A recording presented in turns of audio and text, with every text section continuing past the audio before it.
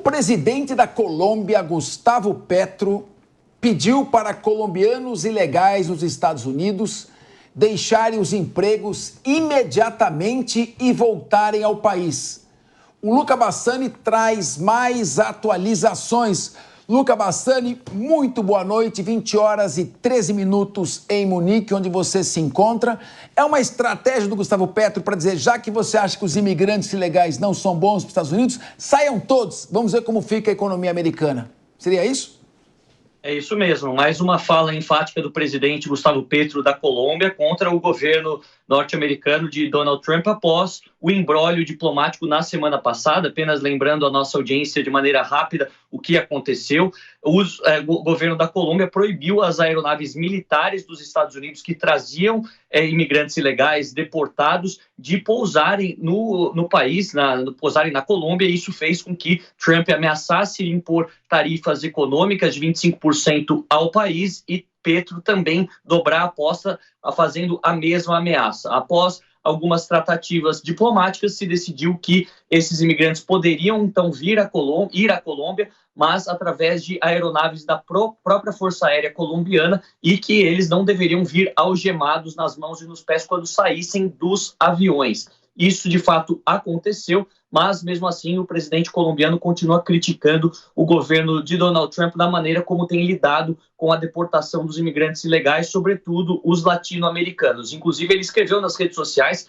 que solicito às colombianas e colombianos sem documentos nos Estados Unidos que deixem seus trabalhos imediatamente nesse país e voltem à Colômbia o mais rápido possível. A riqueza é produzida apenas pelo povo trabalhador. O Departamento de Prosperidade Social, o DPS, buscará fornecer créditos produtivos aos repatriados que se inscreverem nos seus programas, basicamente dizendo que todos aqueles que quiserem deixar o país, Estados Unidos, e ir à Colômbia possam, então, ser integrados a um programa social que os ajudará a abrir negócios, encontrar empregos, uma vez que muitos deles não têm mais vínculos empregatícios, até mesmo familiares, com a Colômbia. A gente vê que tem sido uma questão muito complexa essa das deportações. Houve um aumento significativo das deportações semanais nestas 2 primeiras semanas de Donald Trump em relação à administração anterior, mas muitos criticam os métodos utilizados e também acreditam que é utópico a remoção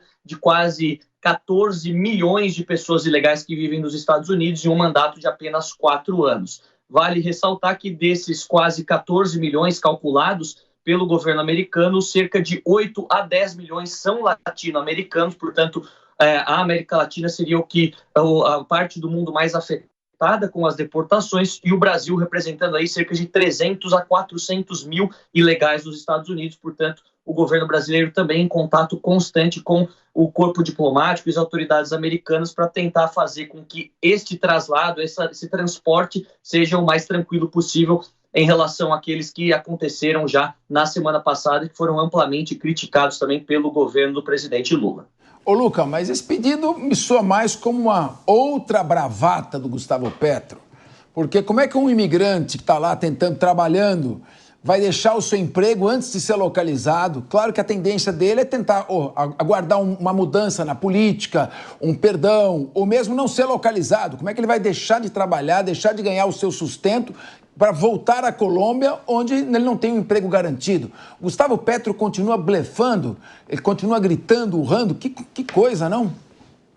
Capê, se a gente olhar na história do século XX, por conta das guerras mundiais e de fluxos migratórios intensos, muitos países, no seu processo de reconstrução, fizeram apelos para que os seus cidadãos regressassem. A Itália, a Alemanha, no pós-guerra, que passavam pela reconstrução, fizeram esse apelo para aqueles alemães, italianos, outros europeus que estavam no continente americano, Canadá, Estados Unidos, Brasil, Argentina, para que regressassem. Muitos fizeram isso para ajudar, mas havia uma série de promessas, uma série de promessas concretas de como os governos nacionais ajudariam essas pessoas a se estabelecerem no caminho de volta. O que Gustavo Petro diz é que há um órgão que está sendo preparado para fazer essa recepção desses imigrantes, mas não deixa claro como que seria feito o transporte, onde essas pessoas viveriam, onde que elas seriam empregadas, se seria no mesmo setor em que trabalham nos Estados Unidos ou não, se elas deveriam entrar em contato com as autoridades americanas ou com as próprias embaixadas, consulados colombianos dentro dos Estados Unidos, então parece tudo muito vago, pelo menos da maneira como foi até agora divulgado à imprensa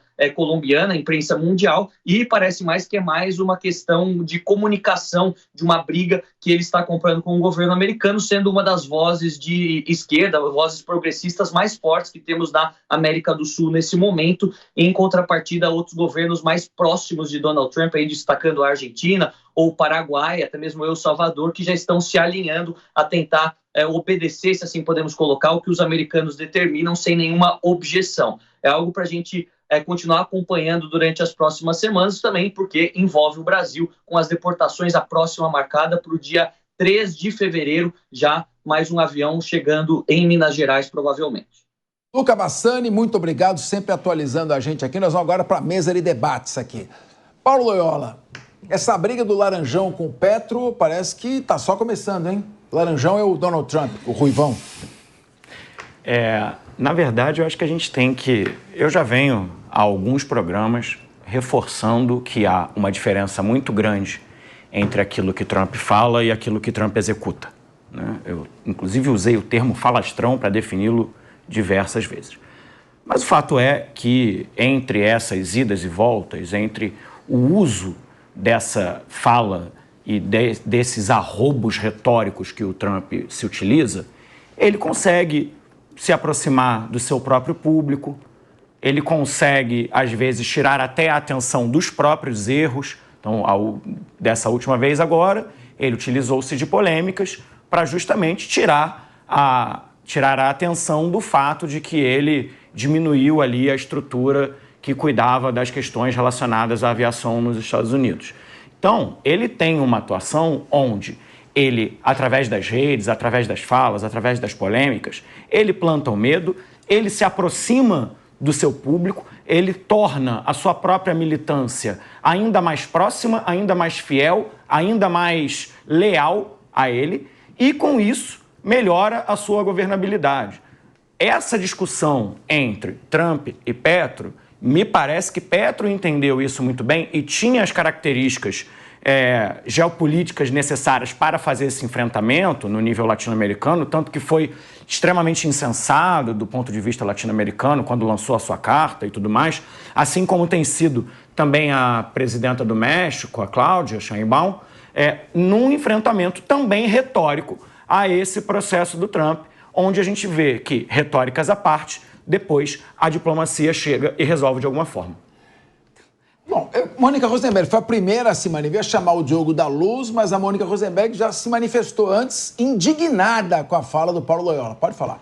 Não, nem com a fala do Loyola, mas o Petro está passando vergonha. Foi lá. É por isso que precisa de mais mulheres na política, gente. Isso aí agora entre eles virou uma discussão para ver quem tem aquilo mais roxo. Cada um querendo se mostrar... Você também não perde uma para fazer uma campanha, não? Tá louco, fala. Laranja, né? Tá correto. Ele é laranja e roxo. Quem tem aquilo mais laranja? O Petro foi com toda a sua envergadura e depois teve que botar o rabo entre as pernas e dizer, não vai ser bem assim. Agora, com essa proposta absurda aí, voltem todos. Eu quero saber se ele vai pagar em dólar para esses colombianos todos que vão voltar e o que o colombiano que está lá desde sempre não tentou a vida nos Estados Unidos, o que essas pessoas vão achar. Eu só quero discordar do Paulo em relação ao Trump ser um falastrão, porque eu acho o seguinte, ele será um falastrão em tudo que tem a ver com negócios, com economia, ele peita para depois poder negociar e voltar atrás, mas nessas questões de costumes aí, nessas pautas mais ligadas ao social e ao hábito, eu acho que ele vai sim ir muito fundo nesses erros todos que ele prometeu para a população americana. Ele fez cortes ali em questões médicas, ele parou o NIH, e isso é muito sério. Então ele é falastrão em uma parte, em outra ele é só malucão mesmo. Bom, Diogo da Luz, também tem uma coisa, hein? Se fosse a Nikki Haley, a presidente dos Estados Unidos, que já estavam bombardeando a Colômbia, também com calma, né? Fala. Verdade. Agora, esse puritanismo do Petro me chama atenção até pela ingenuidade exagerada, porque naquele domingo que ele começou a querer dizer que colombianos não poderão sobrevoar aqui se estiverem sendo deportados, ele ia fazer o quê? O que ele ia fazer naquele caso? Será que ele não percebeu que o governo brasileiro estava em outra pegada?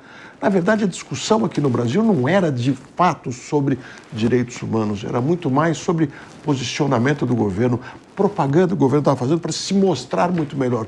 Porque houve muitos erros do governo brasileiro naquele episódio e houve muitos casos que o governo brasileiro conseguiu omitir totalmente e grande parte da opinião pública nem ficou sabendo. Mas o Petro rapidamente embarcou numa ideia de que não vou permitir, quebrou a cara. E agora pedir para as pessoas voltarem para a Colômbia, as pessoas foram para os Estados Unidos porque quiseram ir. Elas, se quisessem voltar, poderiam voltar na hora que quisessem. A maioria dos colombianos que está lá está muito melhor de vida do que estava na Colômbia. São poucos que estão em situação muito mais difícil, sem dúvida alguma. Como no caso dos brasileiros. A maioria está muito bem lá. Uns poucos estão em condições piores, sem dúvida alguma. Daqui a pouco o Gustavo Petro vai começar a ser ridicularizado, que nem o Hugo Chávez era, e também o Maduro. The Clown, né? Começa a fazer sua bravata.